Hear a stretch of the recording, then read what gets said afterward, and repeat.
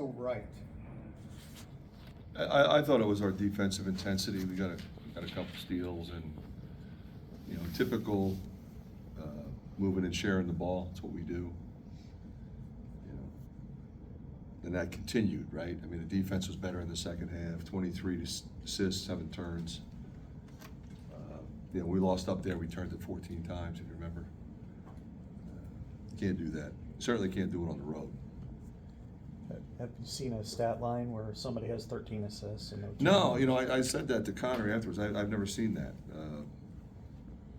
Really impressive game by him on a number of different levels. Just calmed everybody down and drove it, learned the bonus, flashed into the high post when they went zone, and just made plays from there. Brings it up against the press. Garden, really good players. He was spectacular tonight. And Philip and Patrick were sick for the last 2 days, so really impressive effort by both of them. I didn't know what we'd get out of either of them. Philip was great. Of course, he got in foul trouble. I was going to go back to him, but with what he's been through the last 2 days, I kept him out. Patrick seemed to be okay, so I let him play through it. He needs to get his legs back under him. Frankly, on top of that, Connor, I think, was a big reason why Bryce Sensible had 5 turnovers, a lot of defensive pressure on. But just from the standpoint of Connor's overall value to this team, if you were the opposing coach, how would you scout Connor's game?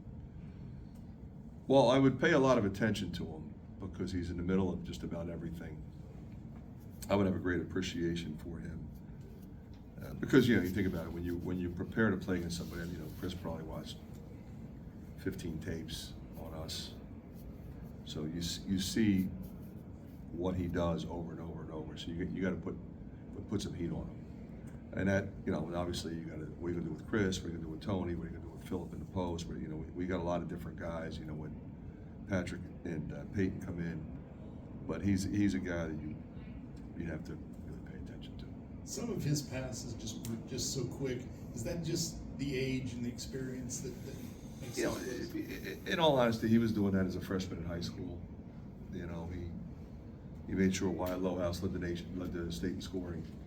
He knew that kid was special, and he got him the ball.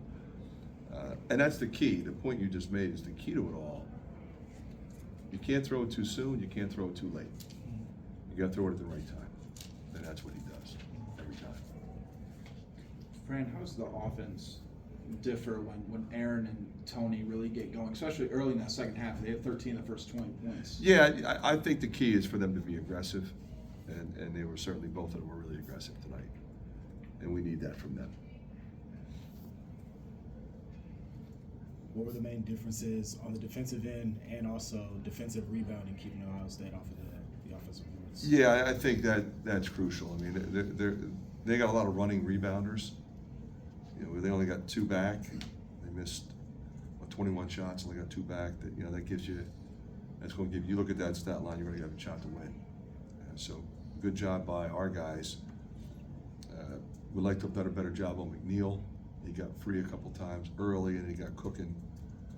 But he made some tough shots too. But bottom line is, we didn't give him any seconds, and he put backs, no easy baskets, and we kept him off the free throw line the entire second half. You've won 9 out of your last 12, all against Big Ten opponents, and you've had a lot of people in and out of the lineup for various reasons.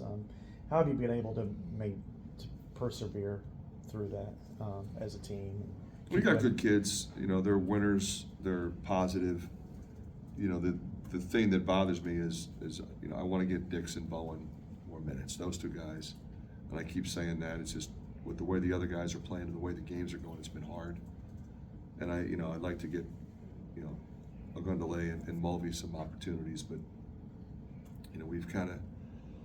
You wanted to keep Patrick and Peyton, Connor and Chris out there if we have to take Philip out. And Josh Dix is a guy that I trust, and same with DeSante. So I'm pretty much going to go with those guys.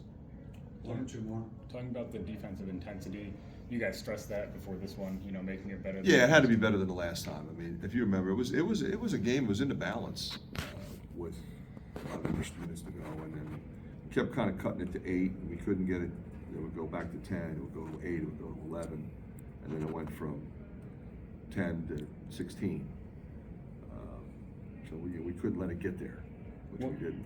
What kind of led up to that? You know, what was different about maybe preparation or execution? Well, I think they knew, like, you know, our defense has been pretty good. Our defense was great on Sunday.